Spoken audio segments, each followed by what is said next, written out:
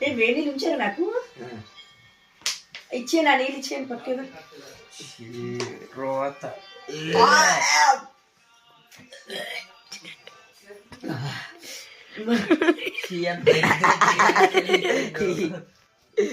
కక్కి కక్కి